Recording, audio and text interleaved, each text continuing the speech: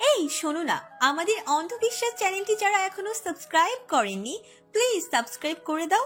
আর অল্প কিছু সাবস্ক্রাইবার হলে 1 লক্ষ পরিবার হবে। সবাই প্লিজ সাবস্ক্রাইব এবং বেশি বেশি শেয়ার করে দাও প্লিজ। তাই কৌতূহলবশত নানান প্রশ্ন করছে। ম্যাঘ ওদের মাঝখানে বসে একবার রোদের দিকে তো একবার মেয়েগুলোর দিকে তাকাচ্ছে, তারপর ঘাড় ঘুরিয়ে আবার আলোকে দেখছে।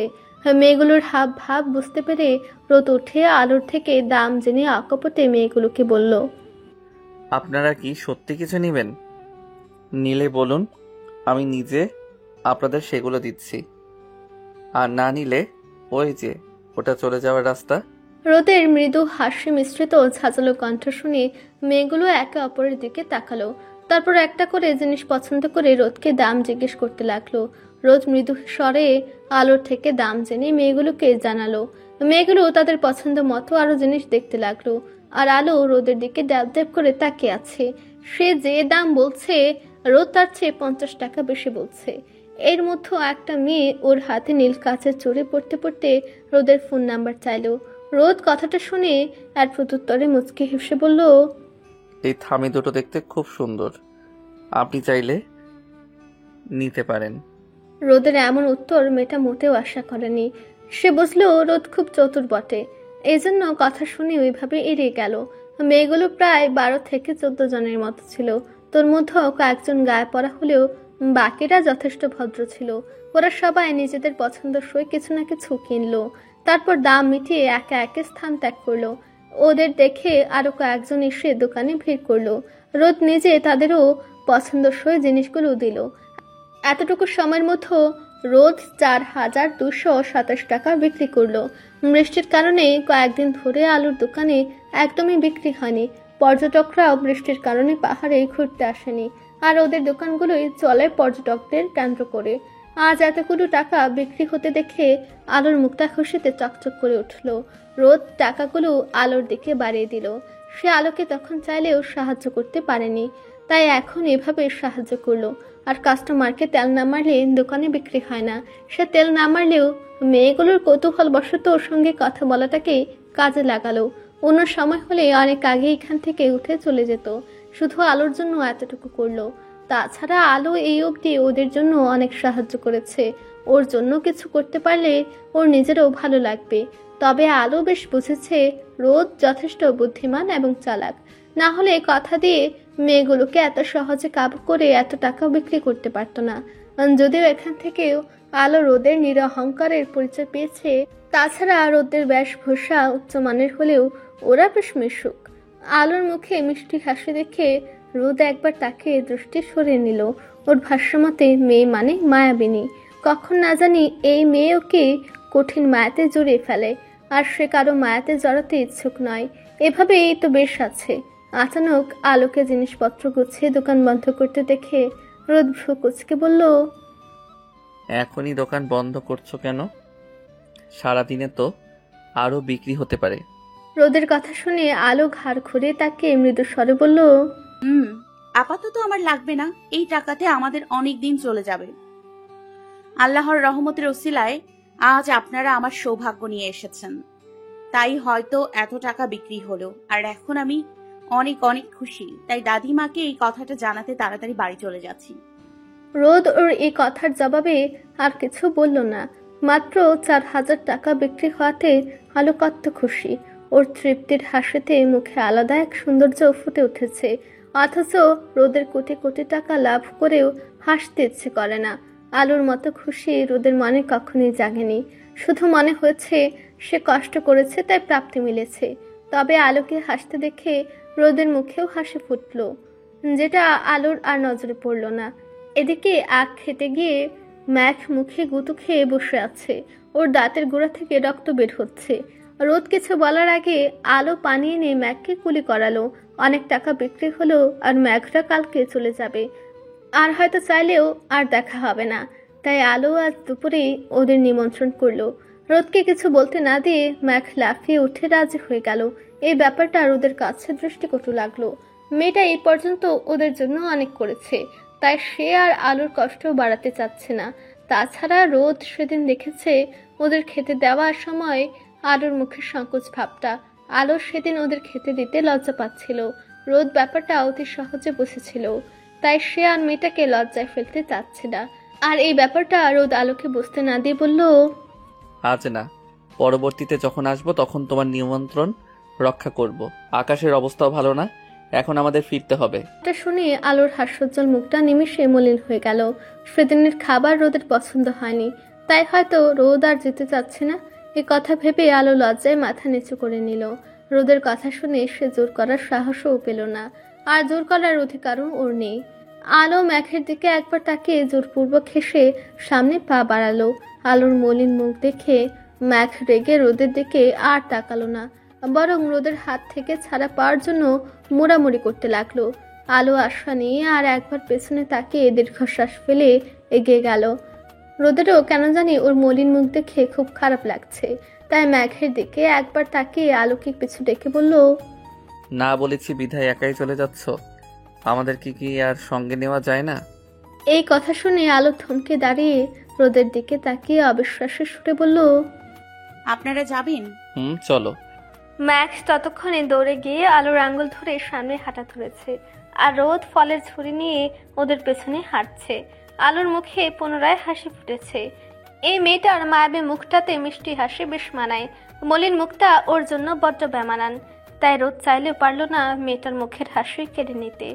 আলো ওদের নিয়ে নিচে নামতে নামতে আঙ্গুল দিয়ে পাহাড় দেখালো। পাহাড় নিয়ে দু একটা তথ্য জানালো।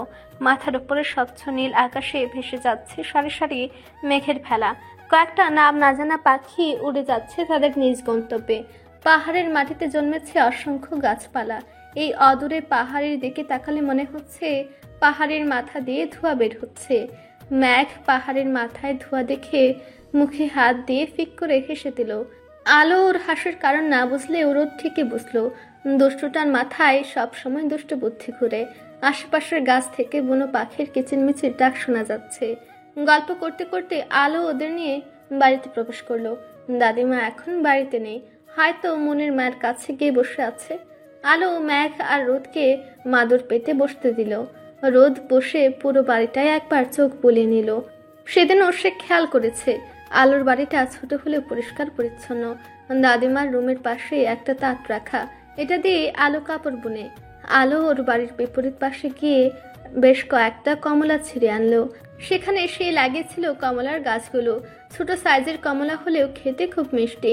রোদ কমলার খোসা ছিঁড়ে দিচ্ছে আর ম্যাক তৃপ্তি করে খাচ্ছে। রোদ আলোকে দাদিমার কথা জিজ্ঞেস করলো। আলো জানালো একটু পরেই দাদিমা চলে আসবে। আলো দাদিমার হাতে বানানো বাটি ভর্তি মুয়া এনে ওদের খেতে দিল। তারপর ওদের বসতে বলে সে ঝটপট রান্নার কাজে লেগে গেল। একটু পরে একজন শ্যাম বর্ণ হ্যাংলা পাতলা যুবক এসে একটা হাঁস দিয়ে গেল। আলো হাঁসটা কেটে পরিষ্কার করে ঝাল করে ভুনা করলো পাকু মরিচ দিয়ে, মুম্বাই মরিচ। এই এলাকার মানুষ এটাকে পাকু মরিচ বলে। ওখানে একটা সাদা বাচ্চাওয়ালা মুরগি দেখে ম্যাক গুটি গুটি পায়ে সেদিকে এগিয়ে গেল। সে মুরগির থেকে কিছুটা দূরত্বে বসে বাচ্চাগুলোকে দেখে খুশিতে গদগদ হয়ে বলল, ওয়াও ওয়াও, কত সুন্দর বাচ্চাগুলো। রোদ ম্যাককে দেখে সুন্দর করে বলল, মেঘ খুব কাছে যেও না, মুরগি রেগে যাবে। আত্মা দা ভাই। ম্যাক ওখানে বসে শাহাদাত আঙ্গুল দিয়ে একটা একটা করে বাচ্চা গুনতে লাগলো। মুরগিটার 22টা বাচ্চা নিয়ে পুরো উঠোন জুড়ে ঘুরছে। আশ্চর্য ব্যাপার, 22টা বাচ্চাই কালো। ম্যাক ঘাড় ঘুরে রোদের দিকে একবার তাকিয়ে আর একটু এগিয়ে গেল। এত সুন্দর বাচ্চা না ধরে শান্তি পাচ্ছে না, আর ধরতে গিয়ে বিপত্তি বাঁধিয়ে ফেললো। মুরগি রেগে কক কক শব্দ করে ওকে দৌড়ানি দিল, আর ম্যাক দা ভাই বৌমনি ও বাঁচাও বলে চিৎকার করছে আর দৌড়াচ্ছে। সে যেদিকে যাচ্ছে মুরগিটাও সেদিকে যাচ্ছে, আর মুরগির পেছনে পিক পিক শব্দ করতে করতে বাচ্চাগুলো আসছে। তখন দাদিমা এসে ম্যাককে মুরগির থেকে উদ্ধার করলেন। ম্যাক মনে মনে মুরগিকে অনেক বকা দিয়ে আলোর পাশে গিয়ে পীড়া নিয়ে বসলো। দাদিমা আর ওদের সাথে টুকটাক কথা বলে ওনার রুমে চলে গেলেন।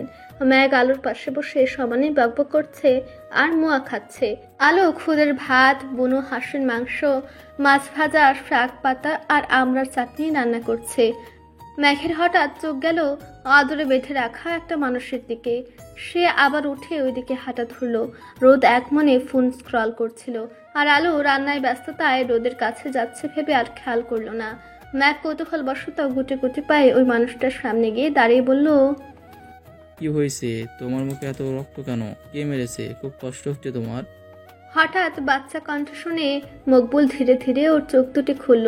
ফুটফুটে একটা বাচ্চা কোমরে হাত দিয়ে ওর সামনে দাঁড়িয়ে আছে। কি সুন্দর আদরে ভাবে কথাগুলো বলছে। মকবুলকে তাকাতে দেখে ম্যাক পুনরায় একই কথা বলল। মকবুল শুকনো একটা ঢুক গেলে খুব কষ্টে উচ্চারণ করলো, পানি খাবো? দাঁড়াও, আমি নিয়ে যাচ্ছি। কথাটা বলে ম্যাক দৌড়ে চলে গেল পানি আনতে। মকবুলকে এখনো গাছের সঙ্গে বেঁধে রাখা হয়েছে। তাকে এক ফোঁটা পানিও দেওয়া হয়নি। বিচারকের করা আদেশ, তাকে কেউ পানি দিবে না। কেউ আদেশ অমান্য করলে অবশ্যই শাস্তি ভোগ করতে হবে। অবুঝ ম্যাগ এসবের কিছুই জানে না। সে শুধু জানে কোনো তৃষ্ণার্ত ব্যক্তি পানি চাইলে তাকে পানি দিতে হয়। এতে আল্লাহ খুব খুশি হয়, আর আল্লাহ খুশি হলে যা চাওয়া যায় সব পাওয়া যায়। রোদ আশেপাশে তাকে ম্যাককে কোথাও না দেখে উঠে দাঁড়ালো। এই ছেলেটা এক দ্বন্দ্ব স্থির থাকে না।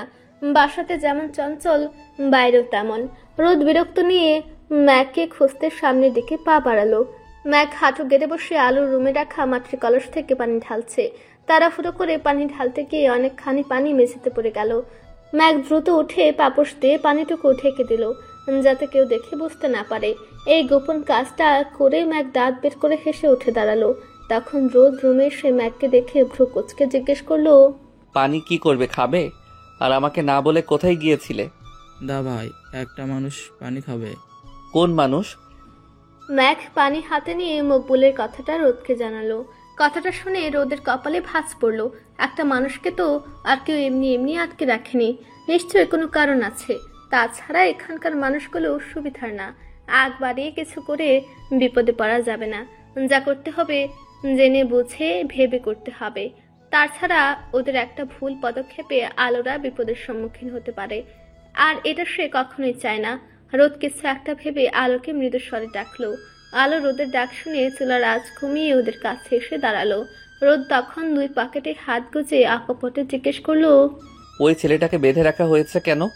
আলো ঘাড় ঘুরে মকবুলের দিকে একবার তাকিয়ে শুকনো ঢুকিলে কম্পিত কণ্ঠে বলল, সে খুনি, তাকে খুনের শাস্তি দেওয়া হচ্ছে। কাকে খুন করেছে আর কেন? আলো চোখ মুছে রোদের দিকে তাকিয়ে গলার জোর বাড়িয়ে বলল, ভালোবাসলে নাকি কঠিন মূল্য চোকাতে হয়। আমার বান্ধবী ওকে ভালোবেসে খুন হয়ে নিদারুণভাবে মূল্য চুকিয়েছে। এই পাষাণ মানুষটা নিজ হাতে আমার বান্ধবীকে খুন করেছে। এর মধ্যে কেন বা কিন্তুর সঠিক মানে আমি জানি না, আর বুঝিও না। মুখ্য কথা, ওরা ভালোবেসে পাপ করেছে, এখন তার শাস্তি ভোগ করছে। কথাটা বলে আলো চোখ মুছতে মুছতে দ্রুত পায়ে হেঁটে স্থান ত্যাগ করলো। রোদ অবাক চাহনি নিয়ে আলোর যাওয়ার দিকে তাকিয়ে আছে। কথাগুলো এভাবে বলার কারণটা সে বুঝলো না। ভালোবাসা শব্দটা প্রতিবার উচ্চারণ করার সময় ওর কথায় খুব প্রকাশ পাচ্ছিল।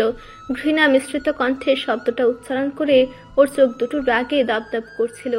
আলো হয়তো কোনো কারণে ভালোবাসাতে বিশ্বাসী না, অথবা কারণবশত সে ভালোবাসাকে প্রচন্ড ঘৃণা করে, আর সেটা ওর বলার কথার ধরন দেখে স্পষ্ট। নরম এবং সরল মনের মেয়েটাকে এত কঠিন কথা বলতে দেখে রোদ বেশ অবাক হয়েছে। রোদ ওর নিচের ঠোঁট কামড়ে পাশ ফিরে দেখে ম্যাক নেই। সে দ্রুত পায়ে হেঁটে বাইরে বের হয়ে দেখলো ম্যাক দুটো ইটের উপর দাঁড়িয়ে একটা ছেলেকে পানি খাওয়ানোর চেষ্টা করছে। তবে ছেলেটা বেশ লম্বা হওয়াতে ঠিক মতো পানি খেতে পারছে না। রোদ আশেপাশে কয়েকবার চোখ বুলিয়ে নিল। ম্যাঘেরও ইটের উপর দাঁড়িয়ে পানি খাওয়াতে খুব কষ্ট হচ্ছে, তবু সে চেষ্টা চালিয়ে যাচ্ছে। আশেপাশে কাউকে না দেখে রোদ সেদিকে এগিয়ে গেল। আলোর কথা শুনে সে বুঝেছে এখানে নিশ্চয়ই কোনো কাহিনী আছে। রোদ ম্যাককে কুলে তুলে মকবুলকে পানি খাওয়াতে সাহায্য করলো। পানি খাওয়াতে পেরে ম্যাঘের মুখে বিশ্বজয় করা হাসি ফুটল। রোদ ম্যাককে কোল থেকে নামিয়ে মগটা বাড়িতে রেখে আসতে বলল, না হলে কেউ ওদের দেখলে খুব বকবে। ম্যাঘ রোদের কথা শুনে দৌড়ে মগ রাখতে চলে গেল। মকবুল ওদের চিনে না, এর আগে কখনো দেখেওনি, তাই সে কিছু বলার আগে রোদ বলল, আমাদেরকে আপনি চিনবেন না, তবে শুভাকাঙ্ক্ষী ভাবতে পারেন। আপনিও চলে যান, আমার পাশে আপনাদেরকে দেখলে শাস্তি দেওয়ান হইবে। মকবুল অনেক কষ্টে কথাটা বলে ভয়ার্ত চোখে আশেপাশে তাকালো। ওর জন্য এই নির্দোষ মানুষগুলো শাস্তি পাক সে মোটেও চাচ্ছে না। ছেলেটা সত্যি খুব খারাপ হলে রোদকে চলে যাওয়ার কথা বলতো না। আলোর বলা কথা আর মকবুলের হাবভাব দেখে রোদের মনের সন্দেহ সৃষ্টি হলো। সে কিছু একটা ভেবে মকবুলকে জিজ্ঞেস করলো, চোখে দেখা সব ঘটনা সত্যি হয় না, কখনো কখনো এর পেছনেও কিছু অজানা সত্য লুকিয়ে থাকে। শুধু এতটুকুই বলতে পারি, আপনার এই নিকৃষ্ট কাজে কেউ ভালোবাসার মতো পবিত্র বন্ধনকেও ঘৃণা করছে, পবিত্র ভালোবাসাকে অখ্যাতিকর বলে আঙুল তুলছে। কথাটা বলে রোদ আর দাঁড়ালো না। মকবুল কথাগুলো শুনে ছলছল চোখে মুখে কৃত্রিম হাসি ফুটিয়ে আকাশের দিকে তাকালো। তারপর বিড়বিড় করে দু একবার উচ্চারণ করলো, ভালোবাসি আমার ভালোবাসার প্রীত মনটাকে, এটা না কেউ দেখবে আর না কেউ জানবে। কথাটা বলে মকবুল মৃদু হাসলো। ওদিকে ম্যাঘ মকবুলের বাঁধন খোলার জন্য জেদ ধরেছে। সে রশি কাটার জন্য আলুর থেকে আশপুটি চাচ্ছে। আলু পড়েছে মহা বিপদে। মকবুলের রশি কাটা মানে নিজের পায়ে নিজে কুড়াল মারা। এই ভুল মোটেও করা যাবে না। রোদ ম্যাঘের জেদ দেখে রাগ সংযত করে গম্ভীর কণ্ঠে বলল, চুপ করে বসো, আমি তোমার মুখে আর একটা টু শব্দ শুনবো না, না হলে এর ফল খুব খারাপ হবে। রোদের রাগের আভাস পেয়ে ম্যাঘ গুটিসুটি হয়ে আলুর পাশে বসলো। মাথা নিচু করে কিছুক্ষণ বসে থেকে ঘাড় ঘুরিয়ে আবার মকবুলের দিকে তাকালো। লোকটার মুখ দেখে ওর খুব কষ্ট হচ্ছে। কেন যে শুধু শুধু লোকটাকে এত কষ্ট দিচ্ছে কে জানে। আলু ততক্ষণে ওর রান্না সম্পূর্ণ করে ওদের খেতে দিল। ম্যাঘ মন খারাপের সুরে বায়না ধরলো এখন আলুর হাতে খাবে। আজ কেন জানি ম্যাঘ একটার পর একটা বায়না করতেই আছে। এজন্য রোদ বিরক্ত হয়ে আলুর সামনেই পুনরায় ওকে বকলো। আর সব জায়গায় সব জেদ শোভা পায় না। রোদ নিজেই ম্যাগকে খাইয়ে দিতে ওর দিকে এগিয়ে গেল। ম্যাগ অভিমান করে উল্টো ঘুরে ওর দিকে পিট করে বসলো, অর্থাৎ সে রাগ করেছে। তখন রোদকে অবাক করে দিয়ে আলু ম্যাঘের মুখে খাবার তুলে দিল। রোদ যদিও এতটা আশা করেনি। সে কিছু বলতে গেলে আলু ইশারায় নিষেধ করে রোদকে ভাত বেড়ে দিল। রোদ এর আগে কখনো খুদের ভাত খায়নি, তবে এখানে এসে ওর এই অভিজ্ঞতাটা হয়েছে। আলু একে একে রোদকে সব পদের তরকারি তুলে দিয়ে ম্যাগকে খাওয়াতে লাগলো। রোদ আর বসে না থেকে হাত ধুয়ে এক লোকমা ভাত তুলে মুখে দিল। একে একে সব পদ একটু করে খেয়ে বেশ অবাক হলো, কারণ প্রতিটা পদে ভিন্ন ধরনের সুস্বাদু একটা স্বাদ রয়েছে। হাঁসের মাংসটা একটু বেশি ঝাল ঝাল, তবে খেতে দারুণ লাগছে। ম্যাঘের তো চাটনিটা খুব পছন্দ হয়েছে, এজন্য সে মুখ ফুটে বলে ফেললো, বৌমণি, যাওয়ার সময় এই খাবারটা একটু দিও তো, এটা খেতে খুব মজা। ম্যাঘের কথা শুনে আলু হেসে বলল, আচ্ছা। দাদিমা গোসল সেরে মনের মায়ের কাছে ভাত নিয়ে গেছে। মনের মায়ের অবস্থা খুব একটা ভালো না, তাই উনি প্রায় সময় ওখানেই থাকেন। আলু ম্যাগকে খাইয়ে নিজেও খেয়ে নিল। রোদ অনেকদিন পর আজ তৃপ্তি করে খেয়েছে। ওর বাসায় বুয়াদের হাতের রান্না খেয়ে মুখে একটা অরুচি এসে গিয়েছিল। ম্যাগ তো প্যাট পুড়ে খেয়ে পা টান টান করে শুয়ে আছে। খাওয়ার ছলে ক্ষণিকের জন্য সে মকবুলের কথা বেমালুম ভুলে গেল। পাহাড়ি অঞ্চলে বৃষ্টি আসার সময় অসময় নেই। আকাশে মেঘ জমলেই বৃষ্টি শুরু হয়ে যায়। এখন আকাশের অবস্থা খুব একটা ভালো না, যখন তখন অঝরে বৃষ্টি নামতে পারে। তাই রোদ ফিরে যাওয়ার জন্য ম্যাগকে তাড়া দিতে লাগলো। আলু ম্যাগকে মুয়া, তেলের নাড়ু আর চাটনি দিল। ম্যাগ তো খুব খুশি। ম্যাগদের সঙ্গে আলুর হয়তো আর দেখা হবে না। এই কথা ভাবলেই সে মনে চাপা একটা কষ্ট অনুভব করছে। ওর মনে হচ্ছে ম্যাগরা ওর খুব কাছের কেউ, এজন্য বিদায় বেলায় সে কষ্ট পাচ্ছে। ম্যাগ তো বৌমনি বৌমনি করে আবার গল্প জুড়ে দিয়েছে। তোতা পাখির মতো কত শত বলে আওড়ে যাচ্ছে। আলু ম্যাঘের এমন আদরে ডাক শুনে মলিন মুখে হেসে বলল, মেঘবাবু, আমাকে আর বৌমণি ডাকবে না কেমন, এখন থেকে মিষ্টি ডাকবা। বৌমণি সম্বোধনে আমার কেমন যেন লাগে। কথাটা শুনে রোদ ঘাড় ঘুরে পূর্ণ দৃষ্টিতে আলোর দিকে তাকালো। আলো তাকাতেই ওদের দুজনের চোখাচোখি হয়ে গেল। আলো দ্রুত ওর দৃষ্টি সরিয়ে অন্যদিকে তাকালো। তখন ম্যাঘ দাঁত বের করে হেসে বলল, তোমাকে আমি বৌমণি বলে ডাকবো, এই বারণ আমি মোটেও শুনবো না। এর কথা শুনে রোদ আকাশের দিকে একবার তাকিয়ে বলল, এই ছেলে প্রচন্ড ঘাড়তেরা, সে কারো কথাতে কর্ণপাত না, ওর কথায় কিছু মনে করো না। কিছু দূর এগিয়ে দিতে আলো ধীর পায়ে ওদের পিছু আসলো। ঘন জঙ্গলের মধ্যে হাঁটতে হাঁটতে হঠাৎ একটা বুনো বানর দেখা গেল। বানরটা লাফিয়ে ওদের দিকে এগিয়ে আসছে। বানর দেখে ম্যাগ ভয়ে পেছনে ঘুরে আলোকে জাপটে ধরলো। আলোর পেছনে রোদ থাকায় আলো রোদের বুকে ধাক্কা খেলো। সাথে সাথে রোদ ওদের দুজনকে কোনো মতে ধরে ফেললো। আলো নিজেকে রোদের থেকে ছাড়িয়ে একটা লাঠি দিয়ে বানরটাকে তাড়িয়ে দিল। তারপর তিনজনে পুনরায় গল্প করতে করতে হাঁটতে লাগলো। আর একটু সামনে এগুলোই ওদের রিসর্ট। রোদ আলোকে আর আসতে নিষেধ করে ওর থেকে বিদায় নিল এবং আলোকে দেখে শুনে সাবধানে ফিরে যেতে বলল। ম্যাক মন খারাপ করে আলোর গলা জড়িয়ে ধরে আদর দিল। আলো ছলছল চোখে মাথা নিচু করে চলে আসতে যাবে, তখন রোদ ওকে পিছু ডেকে বলল, আলো ভালোবাসা এবং ভালোবাসার মানুষগুলো নিষ্ঠুর নয়, পরিস্থিতি তাদের নিষ্ঠুর হতে বাধ্য করে। ভালোবাসার মানুষ যেমন উন্মাদের মতো ভালোবাসতে জানে, তেমনি ভালোবাসার রক্ষার্থে নিষ্ঠুরের মতো আঘাত হানতেও পারে। যদি পারো তো মকবুলকে বাঁচিও, এটা তোমার কাছে আমার অনুরোধ, অথবা চাওয়া, যা ইচ্ছে ভাবতে পারো। তবে এখন জোর দিয়ে বলছি, ওর জায়গা আমি থাকলে আমিও হয়তো একই কাজ করতাম। আজ মকবুলের প্রতি ঘৃণা নয়, বরং আমার সম্মানটা দ্বিগুণ হারে বেড়েছে। তুমি সাবধানে থেকো, আসছি। কথাটা বলে রোদ ম্যাঘের হাত ধরে সামনের দিকে এগিয়ে গেল। ভুলেও আর একবারও পেছু ফিরে তাকালো না। ফিরলে হয়তো দেখতো অশ্রুসিক্ত চোখে এক মায়াবিনী হতবাক হয়ে ওর দিকে তাকিয়ে আছে। রোদ মকবুলকে সাপোর্ট করছে। মনের ভালোবাসার শেষ পরিণতি হলো মৃত্যু, তাও প্রাণপ্রিয় ভালোবাসার মানুষটার হাতে। তবু রোদ মকবুলকে দ্বিগুণ সম্মানের কথা বলল। তাহলে রোদের কথা শুনে এটা স্পষ্ট যে রোদও মকবুলের মতোই চিন্তাধারার মানুষ। আচ্ছা, সব পুরুষের চিন্তা কি এতটা নিচু মনের? কে জানে, হবে হয়তো। এই প্রশ্নের উত্তর ওর এখনো অজানা। আলো চোখ মুছে রোদের প্রতি একরাশ ক্ষোভ নিয়ে বাড়ির পথে হাঁটা ধরল। দিনকে দিন ভালোবাসা নামক জিনিসটার প্রতি ওর ঘৃণা জন্মেই যাচ্ছে। চোখের সামনে এসব দেখলে আদৌ কি ঠিক থাকা যায়? তাও আবার বোনের মতো বান্ধবীকে এমন নৃশংসভাবে খুন হতে দেখলে? সে তো পারছে না। তবে আলো এই মুহূর্তে খুব করে চাচ্ছে ওর লাল রঙা হৃদয়টাতে চিরতরের জন্য মরিচা পড়ে যাক, যাতে সে ভুলেও কখনো কাউকে ভালোবাসতে না পারে। ভালোবাসা নামক কাঁটাযুক্ত পুষ্পকে সে ওর হৃদয়ে জায়গা দিতে চায় না, কিছুতেই না, কখনোই না। আলো ভেবেছিল রোদ হয়তো সবার থেকে একটু আলাদা, আর যাই হোক ওর চিন্তা ভাবনা বাকিদের মতো নিচু মনের না। কিন্তু না, রোদের কথাগুলো থেকে বোঝা গেল সেও মকবুলের মতো একজন। তাহলে সব পুরুষ এক, আর তাদের এই নিচু মনের চিন্তাধারাও। তাই আলো পুরুষ আর পুরুষের ভালোবাসার প্রতি ওর মনে জমা রাখলো ঘৃণা, ঘৃণা এবং একরাশ ঘৃণা। আদৌ এই ঘৃণা ওর মন থেকে মুছবে কিনা সে তাও জানে না। ঘন আধারে ডুবে গেছে চারিপাশ। অচেনা পাখিগুলো ক্লান্ত শরীরে ফিরছে আপন নীড়ে। পশ্চিমাকাশে সূর্য তার রক্তিম আভা ছড়িয়েছে। প্রকৃতিও তার মাঝে অডেল রূপ মাধুরী নিয়ে সবুজের মাঝে উপস্থিত হয়েছে। মৃদু বাতাসের সাথে ভেসে আসছে অনাদরে বেড়ে ওঠা বনফুলের মিষ্টি সুবাস। দূরের পাহাড়ে জন্মানো গাছগুলোতে এখন বেশ ঘন সবুজ দেখাচ্ছে। স্বচ্ছ আকাশে ধীরে ধীরে কালো মেঘ জমতে শুরু করেছে। বৃষ্টি হওয়ার পূর্ব মুহূর্তের মতো এখন আবহাওয়াটাও বেশ শীতল। রোদরা রিসর্টে ফিরে কফি সহ হালকা নাস্তা অর্ডার করে ফ্রেশ হয়ে নিল। দুই ভাই এখন ড্রেসিং টেবিলের সামনে দাঁড়িয়ে চুল ঠিক করছে। রোদ হাত দিয়ে ওর চুল ঝাড়া দিলে ম্যাঘও তাই করছে। রোদ টি শার্ট ঠিক করলে ম্যাঘও অকারণে ওর টি শার্ট টেনে ঠিক করছে।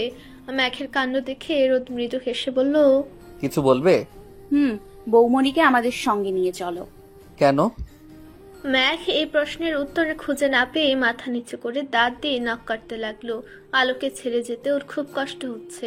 এই কথাটা সে মুখে বললেও রোদকে বোঝাতে অক্ষম। এত খুঁজে রোদের কেন এর উত্তর দিতে পারলো না ম্যাঘ। তাই নীরবতাটাকে সঙ্গী করে চুপ করে দাঁড়িয়ে থাকলো। তাছাড়া কথাটা সাহস করে বললেও এখন একটু ভয়ও পাচ্ছে, যদি দা ভাই রেগে যায়। ম্যাঘকে চুপ থাকতে দেখে রোদ আধশোয়া হয়ে বসে শান্ত কণ্ঠে বলল, তোমাকে তোমার বৌমনির কাছে রেখে যাই? আমাকে তো আর দরকার নেই। এখন বৌমনি তোমার সব। কাল সকালে তোমাকে আলোর কাছে রেখে আমি সত্যিই ঢাকায় চলে যাব। এ কথা শুনে ম্যাঘ গুটি গুটি পায়ে রোদের দিকে এগিয়ে গিয়ে পাশে বসলো। রোদের এক হাতের আঙ্গুল নাড়াচাড়া করতে করতে মাথা নিচু করে মৃদু স্বরে বলল, না দা ভাই, তুমি বৌমনিকে তাড়াতাড়ি বিয়ে করো, তারপর আমাদের সঙ্গে ঢাকায় নিয়ে চলো। তোমাদের দুজনকে আমার চাই, প্লিজ দা ভাই। ম্যাঘের মুখে বিয়ের কথা শুনে রোদ ভ্রু কুঁচকে উঠে সোজা হয়ে বসলো। ম্যাঘ যে সরাসরি বিয়ের কথা বলবে রোদ মোটেও আশা করেনি। এইটুকুন বাচ্চা, অথচ ওর চিন্তা ভাবনা বেশ গভীর। রোদকে উঠে বসতে দেখে ম্যাঘ ওর মাথাটা আরো নিচু করে নিল। ওর থুতনি গিয়ে ঠেকে গেছে একদম বুকের সাথে। তাছাড়া আজ সারাদিনে দাদাই ওকে বেশ কয়েকবার বকেছে, হয়তো এখনো বকবে। তাই ম্যাঘ একটু অভিমান করে মাথা নিচু করে আছে। কিন্তু রোদ তেমন কিছু না বলে মেঘের কপালে উষ্ণ স্পর্শ দিয়ে মৃদু হেসে বলল, তোমার বৌমনি আমাকে বিয়ে করবে না, সে আমার উপরে রেগে আছে। আমার বলা কথায় কষ্ট পেয়ে খুব কেঁদেছেও। হয়তো সে আর কোনোদিন আমার মুখও দেখতে চাইবে না। এখন বলো, তাকে কিভাবে ঢাকায় নিয়ে যাব? আলো কেঁদেছে শুনে মেঘ নাক মুখ ফুলিয়ে ভ্রু কুচকে বলল, তুমি বৌমনিকে বকেছো, না বকলে বৌমনি কাঁদলো কেন দা ভাই? শুধু কয়েকটা সত্য কথা বলেছি। রোদের এত কঠিন কথা বুঝতে না পেরে ম্যাঘ ড্যাব করে ওর দিকে তাকিয়ে থাকলো। রোদ ব্যাপারটা বুঝে ম্যাঘের চুলে হাত বুলিয়ে মৃদু হাসলো। তখন ওয়েটারের সে অর্ডারকৃত খাবার দিয়ে তাৎক্ষণিক চলে গেল। ওরা দুজনে মিলে নাস্তার সুরে ব্যালকনিতে গিয়ে দাঁড়ালো।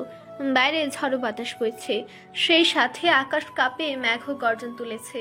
গর্জনের সাথে সাথে পুরো আকাশ আলোকিত হয়ে যাচ্ছে। রোদ ব্যালকনিতে পেতে রাখা চেয়ারটায় বসলো। ঠান্ডা বাতাসে শরীর ও মন দুটোই জড়িয়ে যাচ্ছে। মেঘও আদরে বিড়াল ছানার মতো রোদের কুলের উপর চুপটি করে বসলো। তারপর অনবরত চলতে থাকলো তার কথার ঝুলি। ততক্ষণে বৃষ্টি শুরু হয়ে গেছে। বৃষ্টির বড় বড় ফুঁটা মাটির বুকে নিদারুণভাবে আছড়ে পড়ছে। গত বৃষ্টির রাতে আলো ওদের সঙ্গে ছিল, অথচ আজ নেই।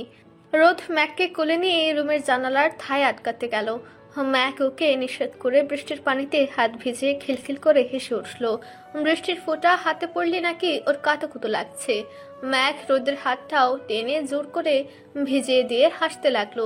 ম্যাককে এভাবে হাসতে দেখে রোদ মুচকে হেসে ওকে আরো কাতুকুতু দিল। ম্যাক তখন ছটফট করে হাসতে হাসতে রোদকে নিষেধ করতে লাগলো। তারপর দুই ভাই অনেকটা সময় খুনসুটি করে রাতে খাবার খেয়ে বাজে ধরে গেম খেলতে বসলো। যে হারবে সে অপরজনের মাথায় হাত বুলিয়ে দিবে। বাজি মোতাবেক ম্যাঘ হেরে রোদের মাথায় হাত বুলিয়ে চুল টানতে লাগলো। ম্যাঘের ছোট ছোট হাতে আদরে ভাবে হাত বোলানোতে রোদের চোখ দুটো ঘুমে বন্ধ হয়ে আসছে। একটু পরে রোদ ম্যাঘকে নিষেধ করে পাশে শুয়ে দিয়ে জড়িয়ে ধরে ঘুমিয়ে গেল। ম্যাঘও রোদের প্যাটের উপরে পা তুলে দিয়ে ধীরে ধীরে ঘুমের দেশে পাড়ি জমালো। এখন বাজে রাত 12:21। পাহাড়ি অঞ্চলে এখন গভীর রাত।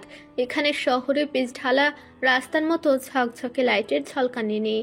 চারিপাশে জঙ্গল আর জঙ্গল, সেই সাথে বন্যপ্রাণী এবং পাহাড়ি মশাদের উৎপাত। তাছাড়া লাইট বলতে এখানে কেরোসিনের তৈরি কপি। যদিও কেউ কেউ সোলার প্যানেল ব্যবহার করে, তবে টানা বৃষ্টির দিনে একটু সমস্যা হলেও তারা মানিয়ে নিতে অভ্যস্ত হয়ে গেছে। এছাড়া কোনো উপায়ও নেই, কারণ এমনই হয় পাহাড়িদের ত্রুটিযুক্ত দৈনন্দিন জীবনযাত্রা। ঘন কালো মেঘে আকাশটা মেঘাচ্ছন্ন হয়ে আছে। বজ্রপাতের উচ্চ শব্দে চারপাশটাও যেন কেঁপে উঠছে। টিনের চালে ঝমঝম শব্দ করে এক নাগারে চলছে বৃষ্টির নৃত্য। সবুজ শ্যাওলা পড়া উঠোনে অনেকখানি পানি জমে গেছে। শুনশান নীরবতা চারিপাশ, শুধুমাত্র শোনা যাচ্ছে প্রবল বাতাসের শনশন শব্দ, টিনের চালে বৃষ্টির নাদ আর কুলা ব্যাঙের ডাক। আলো অন্ধকার রুমে জানালার পাশে চুপ করে বসে আছে। বাইরে তুমুল ব্যাগে বৃষ্টি হচ্ছে।